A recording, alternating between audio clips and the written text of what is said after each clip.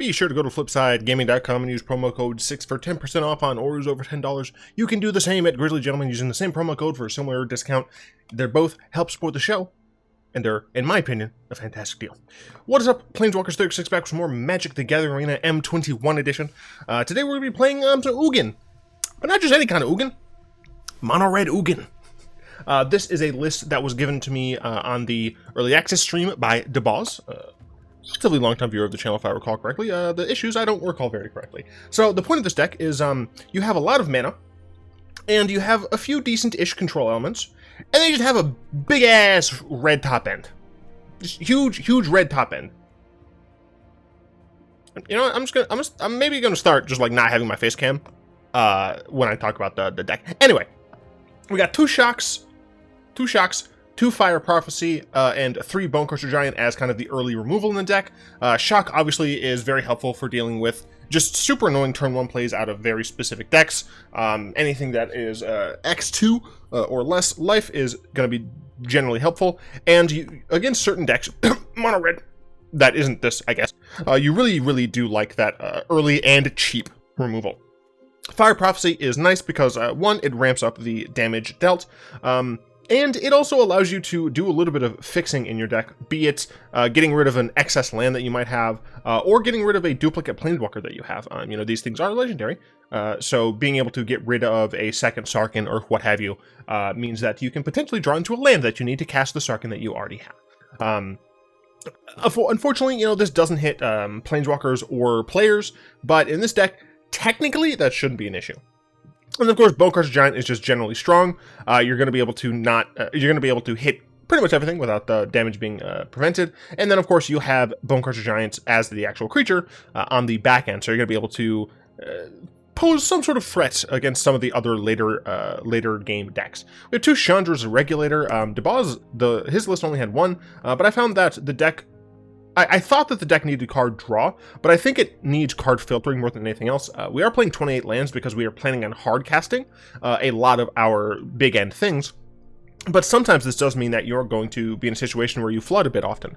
So things like, as I said already, Fire Prophecy and then Chandra's Regulator are going to be really helpful to mitigate some of that risk. And because we are playing 6 total Chandras, having that extra benefit here and there is quite nice. Now, technically, you can play mono Chandras, but I'm going to save that for a Brawl deck. So do look out for a Brawl all Chandras historic deck. I think it has to be historic to get all of the value, but I don't remember off the top of my head. And then, of course, we have 4 Haildrick Banner. Now you might be like, why the hell are you playing this? It's essentially just, it's a ramp card. I'm playing a bunch of big mana things. I gotta do big mana stuff. It's really nice with Bonecrusher Giants and stuff, but other than the fact that we just make red mana, this doesn't add all that much. You technically could do one of the other 3 mana things. So let's see. We just do a good old fashioned artifact. Where are we at? Artifact, 3 mana. Okay. We have other versions of this. You got your altar. It doesn't do anything in this deck. Chromatic Lantern doesn't do anything in this deck. Theoretically, you could have Mana Geode, so you can scry. I mean, I guess the main reason that you don't do that is because you do get some value out of these. But now that I'm like talking myself into it, I'm kind of like talking myself into it. And then like even Spinning Wheel. All right, look, I've talked myself into it. We're going with Mana Geodes. They do essentially the same thing except they scry. So we potentially lose 1 point of damage on our Giants and our Dragons, but I don't know if that's going to matter. I can't wait for it to bite me in the ass when I don't see it coming. We have 2 Irencrag feats. Sometimes we want to get on TV and just let loose. So no, on turn 4, sometimes we can just play any of these. Any of these, and that's pretty decent. And on turn 5, we can play a big Oogie boy. Technically a turn earlier if we have our Mana Geode, but still. That is pretty nice. Then, of course, 3 Solemn Simulacrums. It's another way to ramp, and it also does provide a bit of blocking and card draw. Then we get to the top end of the deck, and first I want to talk about the Singleton Fire Emancipation.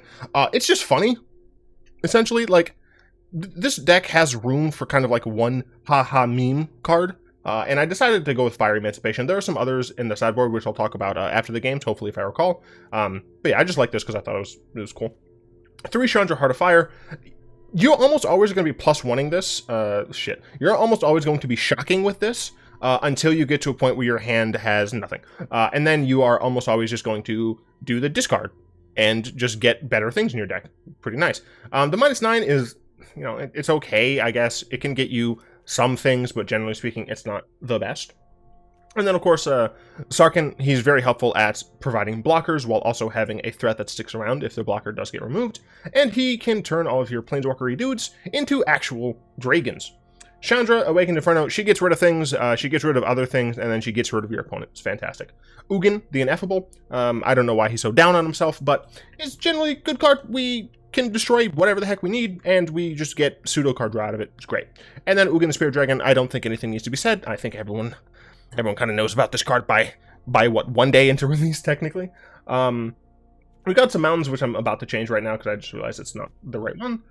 3 Interplanar Beacon. We do have an okay amount of Planeswalkers, so I figured I might get some random life gain in there. I wanted actual just life gain with Radiant Fountain, and then a couple of Mobilized Districts to help out as well. So give me 1 moment in order to change the basics to the best kind of basics. That is, of course, until we get the Jumpstart basics, and then choosing basics is going to go back to being like pretty competitive in terms of you know, basic lane choice. But whatevs. I'm going to play standard ranked. I did play a practice game. Crap. Oh, I went up against Blue-White Flyers, and I killed them. Fun fact: when you have a shock on a +1 ability, that's pretty decent. Zathura? Wasn't that like a sci-fi fantasy movie? It's a good hand. Ooh! Oh no! Oh no! This needs to stop. Oh no! I mean, we're gonna keep it. Fuck. Yorion, Teferi, Profile, and Azorius. Not the normal Azorius sleeves. These are like the F&M code Azorius sleeves. We're probably gonna be fucked. If I had to guess, we're gonna be in a tough situation. It's gonna do this, then Mana Geode next turn.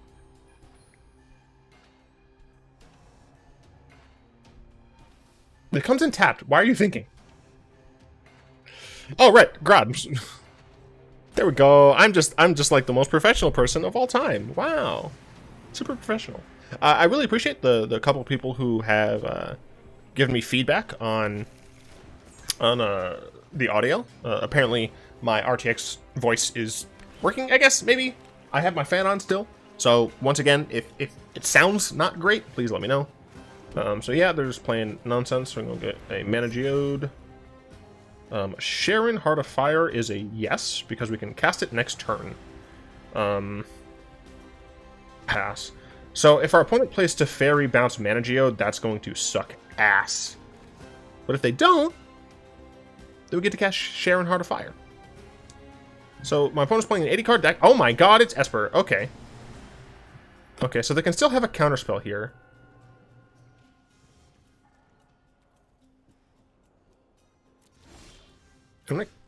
Yeah, I mean, I'm just gonna jam it. Like, it's 5, 6, etc., etc. So we just hit them. And next turn I can hit them for 4 if I don't want to cast the Chandra, although I'm almost certainly going to cast the Chandra. Yeah, I mean, getting an early Chandra plus down on a Yorion deck is going to have... It has potential to be very valuable for me.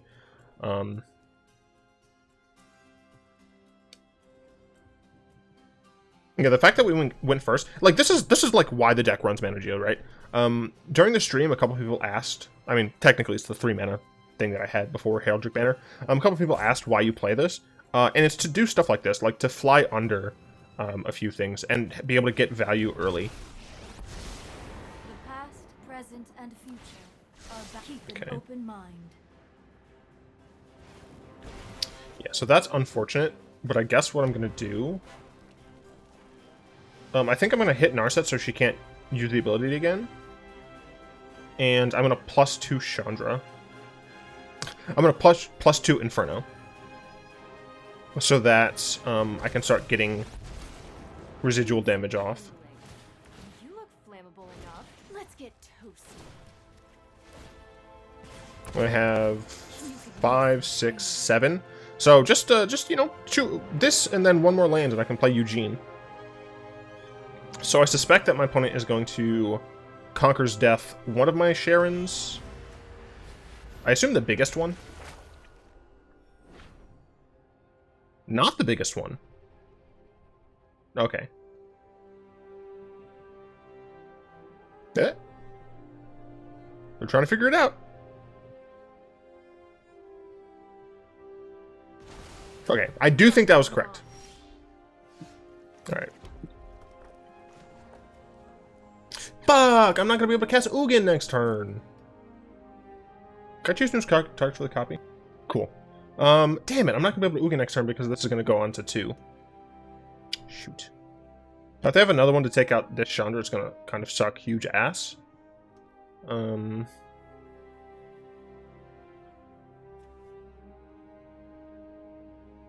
mean, still. Plus, I'll target them for the first one.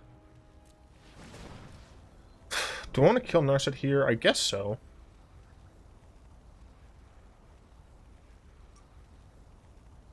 Two. No, the issue...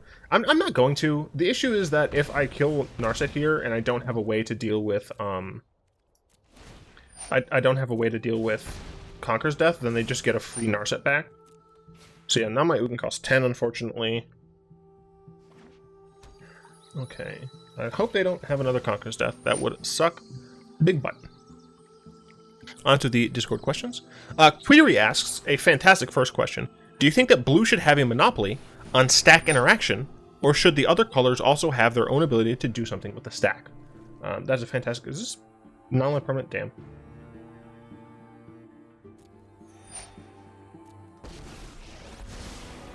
So I can yeet my mountain, I guess.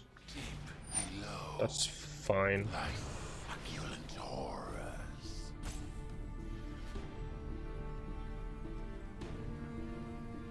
Till your next turn.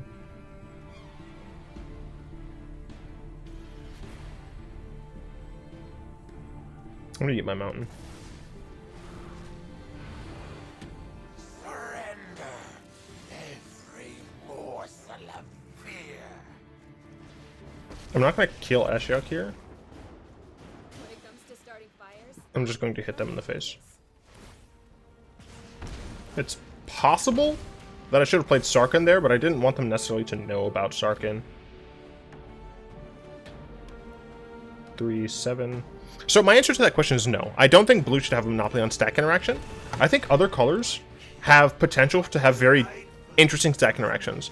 So I think red really should get more redirection and copy spells that are somehow more efficiently costed and like more worthwhile to use.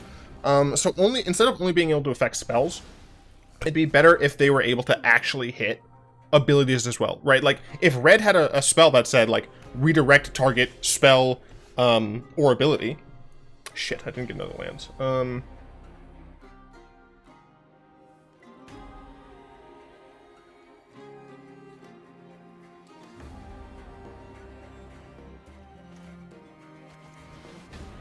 1, 2, 3. Shit. So they might be able to just do this next turn.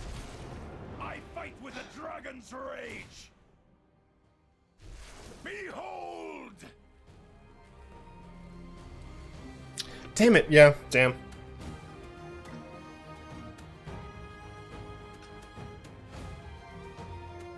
But I don't know if I should have not gotten rid of the mountain. Right, like, hindsight's 50-50 and everything, but that does kind of suck. Them having an additional us with Conquer's Death bites ass. I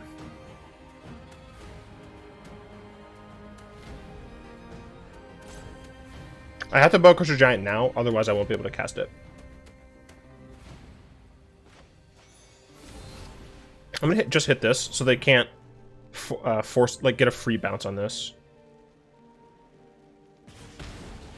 What a hero! Yeah, I'm not going to play Ugin next turn even if I draw land. Because of Conqueror's Death. Shit. I think white should have access to more counterspells as well. Even if they're not, like, true counterspells. More cards like Mana Tithe I think are interesting.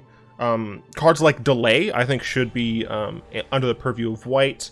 White getting to counter specific types of spells I think would also be interesting, if not reasonable. 3, 5. So my opponent can activate Yorion and then cast it, which would just suck the most ass.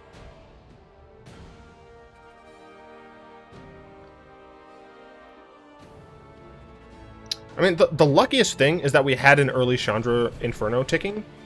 So they do still have to, like, kill us soonish. Karn. Shit. So I can't use my Geode now. So now I need 2 lands. Evil must not be tolerated.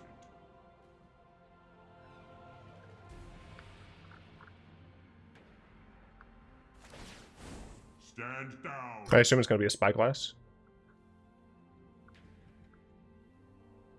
Why is it that the Yorion decks... Yeah, it's a Spyglass. Who would have thought? How's it that the Yorion decks run 80 cards and they always seem to have at least 2 Elspeth Dunkerstones?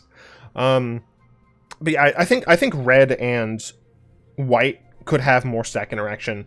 And they could do it in a way that doesn't, like, step on the toes, I guess. Fuck off. Why name Sarkhan? Like, why not kill Sarkhan with your Nightmare and name Ugin? Come on. Alright.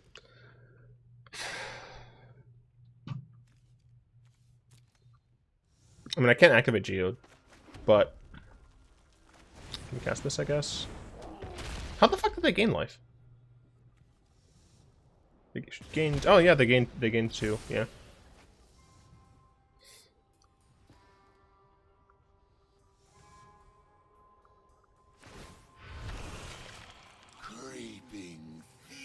Yeah, I think this game is probably a wash, but the issue is that I'm, like, still holding on hope, and I should have just conceded as soon as I saw this shit. Why would you do that?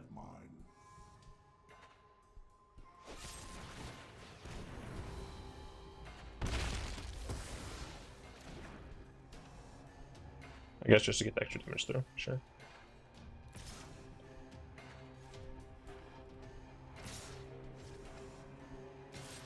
I'm super confused. I mean, it would suck to top deck another Sorin, or another Sarkhan, but we put a Sarkhan, like, at the bottom or some shit. Listen to them roar, I will. Come on.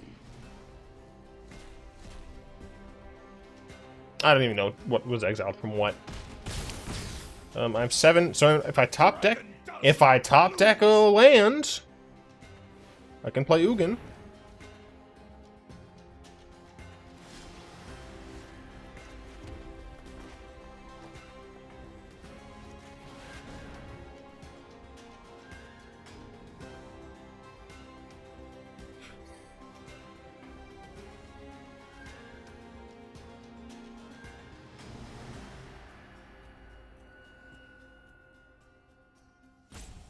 My opponents think about something.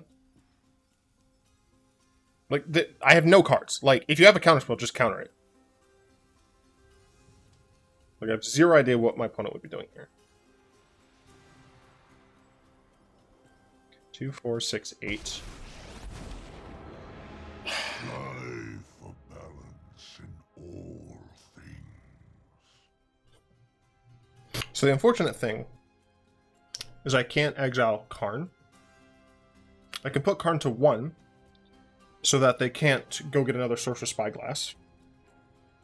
But they would be able to just Ashiok bounce my Ugin, and that'd be a pretty good trade for them. If I minus, I can kill everything but the Spyglass and the Karn.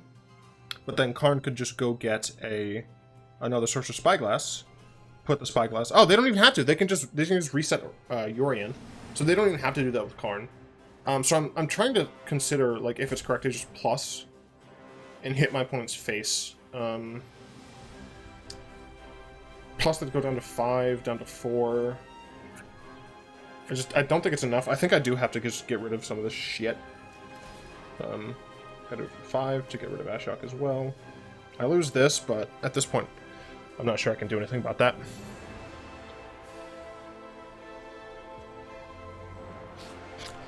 Pyro asks, do you think it's safe to unban Veil of Summer at the very least, or would it just add more headaches when playing against Team or Wreck ban ramp? Giving any power to green, even if it's technically power against blue or black, is ill-advised, I think. I think in the position that it's in, green and blue as well, really do need to be taken down a peg, or several. It's just not the best right now. In terms of their healthiness on the metagame. They don't even have to bounce Yorion. Just gain life. Stop gaining life, dude. Like this.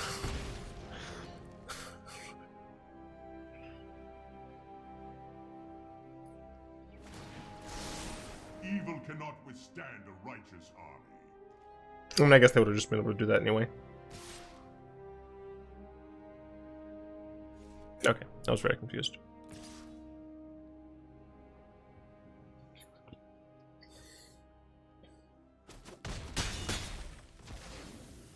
Death has never stopped me. I'm playing another game, but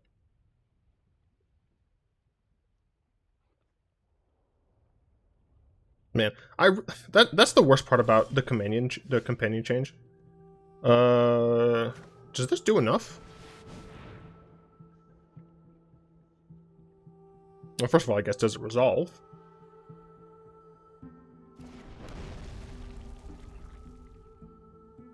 I still control this, right? I don't. Damn it.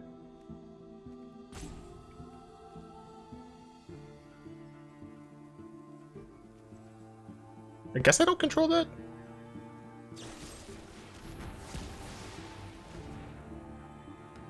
They could have gained a ton of life, and they would have won. For what it's worth, I don't actually think I would have gotten a triple procs off of this. Or triple damage. Shut the fuck up, Karn.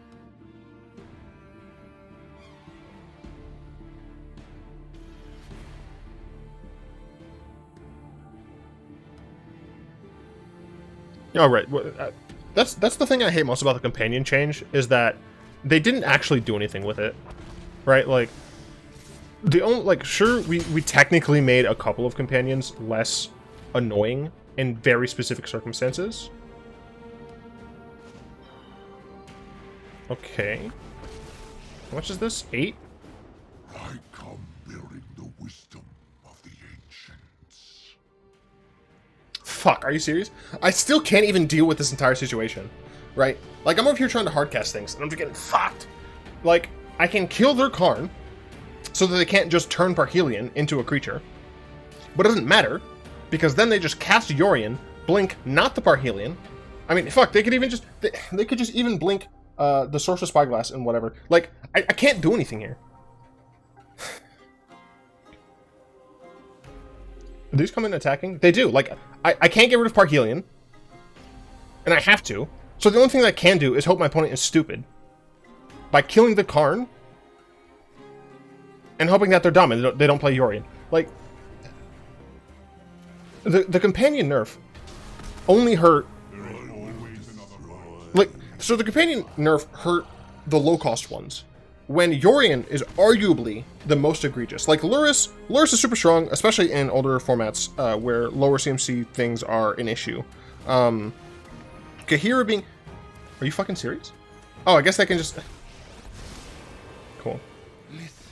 I don't care. I'm done with this game.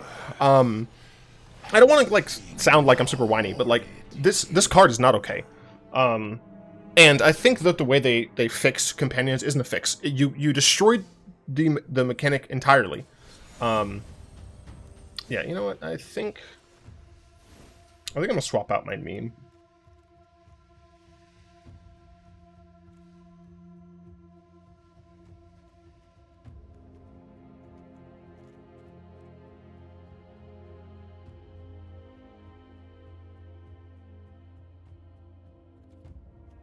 Swap it out for Drakuseth. Because I can at least attack with it.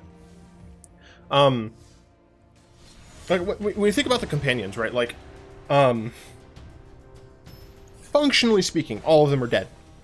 The only one that isn't dead is Yorion, and Yorion was one of the at least 2 most egregious of the companions. I cannot keep his hand. I'll be very surprised if my opponent is not playing red of some sort.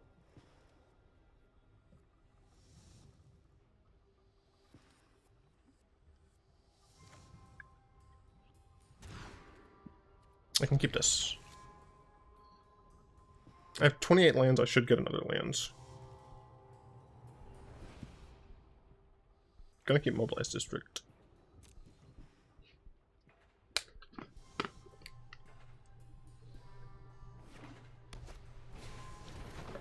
What is this? This is not the deck you're supposed to be playing. Come on, you can't be serious. This is not right deck. This is definitely not right deck. Why are flyers back? I'm very confused.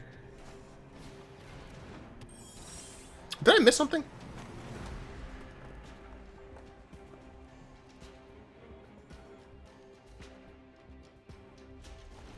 I want to be able to hold up Fire Prophecy for the Eagle. Oh my god, it's the Eagle. Oh, I guess I don't have to, right? Like, I can kill one of the other things. No, because I want to play Geode this turn.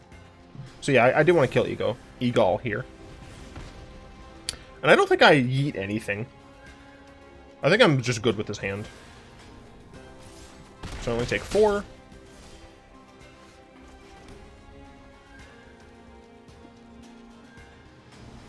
If I have Solemn,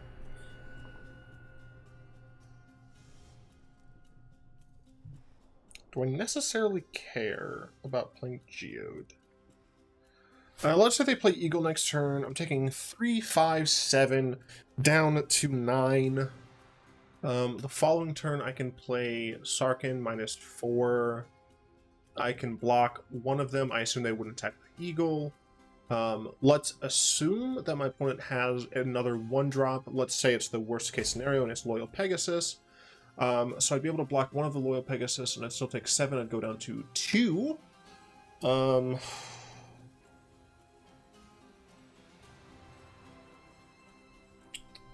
Yeah, I don't know.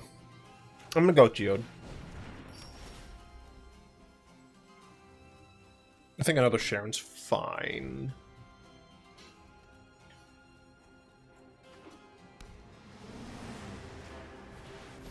Executioner, okay. The issue with that is that they can just exile. They can just exile my Sarkhan. Although I guess it takes up their entire turn. And then if they want to kill my Sarkhan, it takes up another. So I think I do have to cast this. I didn't think I would need it, but I suppose Storm's Wrath is a good inclusion in this deck. I didn't think it would be, but we'll talk about that after this game. But yeah, they're going to go ahead and kill that. I assume they're going to hit Sarkhan with the Loyal Pegasus, hit me for 3, go down to 9. I can Chandra plus.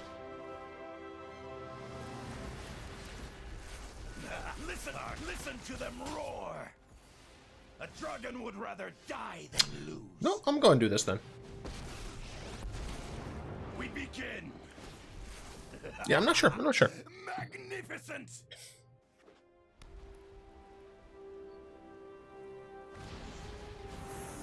Well, fuck. Good old Brazen Borrower.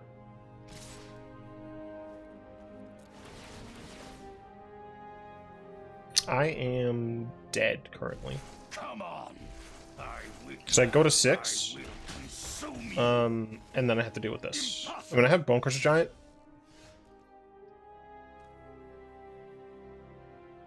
Yeah, since I needed to draw one more land.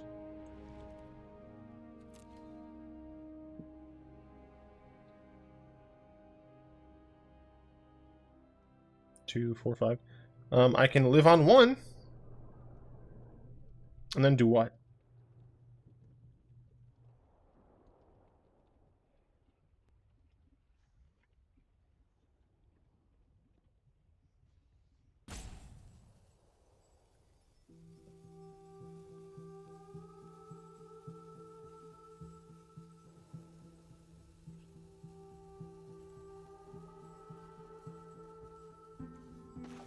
I don't know. Yeah, it's unfortunate that we needed that other lands. Yeah, okay.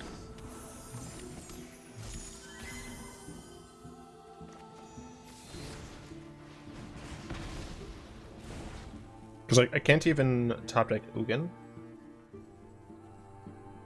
to save me. I would need my third Sarkhan and for them to have essentially nothing.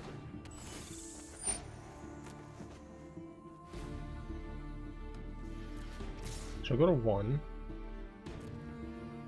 Do I yeet the Chandra? I guess I do. Like the Chandra doesn't save me.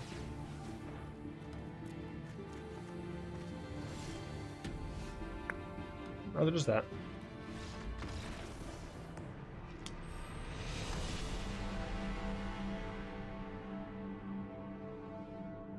Why is Azor Skies back? That's what I'm confused about. Alright, so real quick, I'm going to talk about some of the cards on the sideboard that I considered. So Grafdigger's Cage, Fry, like these are all cards that could go into an actual sideboard. Grafdigger's Cage, I don't know exactly what it would go with in Standard, but, you know, it's a cage for good old-fashioned graveyard shite. Fry would actually, hilariously, have helped me out against the birds, and I guess if birds are back in full force, makes sense. Lava Coil was one of the many considerations I had for the main deck for removal. It's nice that it exiles things. I don't love that it does sorcery speed. Omen of the Forge is something I super considered for very similar reasons to Fire Prophecy. It's able to hit something. Although it hits for less, it hits anything, and although you don't get to, you know, essentially exchange one of the cards in your hand, you have the ability to use it later on in order to scry 2, which is potentially better. Dragonfire can hit creatures or planeswalkers, and it exiles them, but as I said, I valued the Fire Prophecies a little bit more. Mazemind Tome, allegedly the new treasure map, it just didn't seem like it would fit properly, but, you know, maybe a version with this is better. Flame Sweep is kind of for the sideboard to deal with some low to the ground, ground creatures, so it wouldn't actually help if Azor Skies is very high. Slaying Fire and Soul Seer. Slaying Fire was initially in the deck, and Soul Seer is another card I considered, but I ended up going with Bonecrusher Giant because I thought I might need a pressure against control decks. That might not be the case. It might be better to just play one of these. Tibalt, just generally strong against the life gain decks out of the sideboard. This is sideboard option. Saheeli might, you know, be reasonable in here in the main deck somewhere because of the number of non-creature spells we're casting. I just don't know what it should be replaced on. Palladium Mirror is a ramp card similar-ish to Mana Geode, in that it, you know, it comes down on turn 3. It does boost your mana by 2, which is nice, you know, going from 3 mana to 6 mana on the following turn with a land drop. Can be very good. The issue, of course, is that it is a creature and an artifact, therefore it's vulnerable to a lot of things, so I decided to just stick with the normal thing.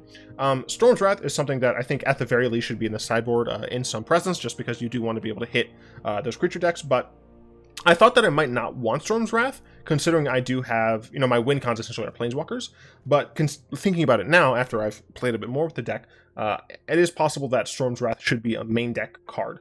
Incinerator was initially in the deck. I just don't think we have enough to make it cheap early, and it doesn't... It jives with some of the things in the deck, but not enough in my opinion. And then same with Fire Emancipation. It just didn't really do anything when we had it. I will say, I think a couple changes to make. So I do like Irencrag feat. I think Chandra's Regulator should probably just go. In favor of... Gosh, the thing is, I don't even know. Right, like, this deck wants... Like, I guess instead of Drakuseth, to be honest, Drakuseth is unfortunately not good enough in my opinion. It wants one more Ineffable Ugin, and then it wants Storm's Wrath in some number. But, so like, I mean, you could replace Drakuseth with another Ugin, but it wants at least 2 Storm's Wrath, so you could switch that out. But it also kind of wants more just like of these types of things. So I'm not entirely sure what to do. And I honestly, like, if you're hard casting Ugin, even with like another Irencrag feat or something, I wouldn't honestly stray too far from this. 27, I think is like the minimum this deck can do reasonably. I guess possibly if you had, you know, full Solemns as well, and 3 Irencrag feats, then maybe you could do 26. I personally am not comfortable with that mana system, considering Arena hates me. What the fuck is wrong with Vito's art on this? You guys are getting a sneak peek, but so his art's normal here. That's very strange. Why is it art like that? All right, I don't know. So yeah, we'll go little packs. Open a pack or 2. There we go. 2. Oops. I'm hearing things. Double vision? I have an idea for that. What is this trumpet sound? No.